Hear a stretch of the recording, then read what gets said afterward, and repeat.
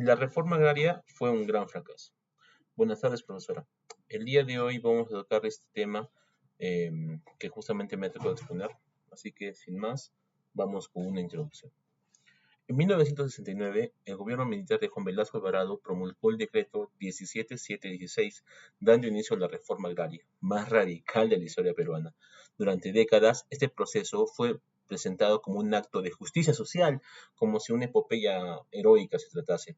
Pero cuando se analizan los resultados concretos, las cifras, la historia y las consecuencias que vivieron los propios campesinos, nos lleva a una conclusión clara. Esto no fue bueno en ningún aspecto. No se trata de defender a los terratenientes ni de ignorar las injusticias del sistema y la hacienda. Se trata de reconocer con honestidad histórica y que el remedio fue peor que la enfermedad.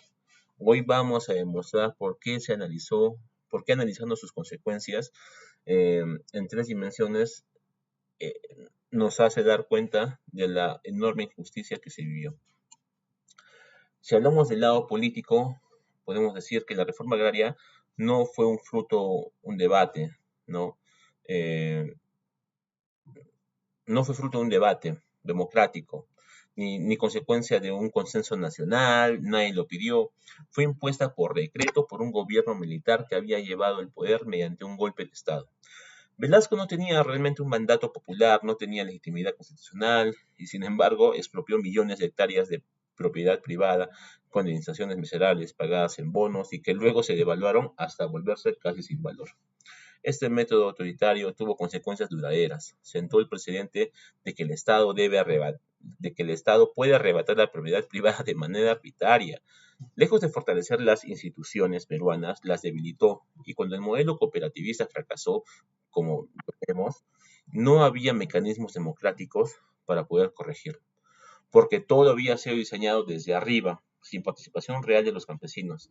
La reforma no les dio poder político, simplemente cambió de manos al amo. Hablando de economía, podríamos decir que es un argumento más contundente, ya que no se puede rebatir a la matemática. Tras la reforma, la producción agropecuaria peruana cayó de manera sostenida durante una década. Las haciendas fueron reemplazadas por cooperativas agrarias de producción, las llamadas CAPs, y las sociedades agrícolas de interés social, las SAIS. Estas estructuras eran burocráticas, ineficientes, estaban plagadas de corrupción, los campesinos no eran propietarios de parcelas, eran socios de una empresa estatal que tomaba las decisiones por ellos. El resultado fue predecible. Sin incentivo individual para producir, la productividad se desplomó completamente en los años 80, la mayoría de cooperativas se habían quebrado, el campo peruano que antes exportaba algodón y azúcar se convirtió en receptor de importaciones de alimentos. La pobreza rural, lejos de disminuir, se agudizó. Esto no es una ideología, son los datos que el Banco Central de Reserva y la propia institución de estadística nos informan. Y si hablamos de lo social, esto fue un completo fracaso. Quizás la consecuencia más trágica fue esta parte.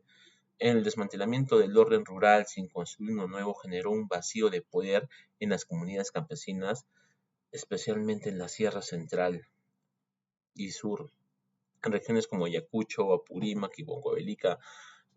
Fue precisamente este vacío de miseria, de caos, de instituciones débiles, donde el Sendero Luminoso encontró un terreno fértil para crecer.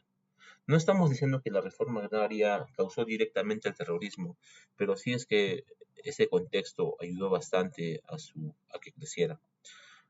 Las condiciones de violencia para los años 80 cobraron decenas de miles de vidas. Paradójicamente, los principales afectados por Sendero fueron los mismos campesinos que la reforma decía beneficiar. Este es el costo humano de una política mal diseñada, impuestos sin consulta, sin ejecución y sin visión a largo plazo. Como conclusión, profesora, podemos decir que la reforma agraria peruana fracasó políticamente porque fue una imposición autoritaria, sin legitimidad democrática. Fracasó económicamente porque destruyó la producción agrícola y hundió en la pobreza a quienes pretendía rescatar. Y fracasó socialmente porque generó el caos que facilitó décadas de violencia. Reconocer esto no significa defender las injusticias que existen, Significa aprender de la historia para no repetirla. Una verdadera reforma agraria necesita respetar el Estado de Derecho, diseñarse con participación campesina real y estar respaldada por inversión, tecnología y mercados. Lo que tuvo el Perú fue una confiscación disfrazada de justicia, y el campo peruano pagó ese error durante décadas.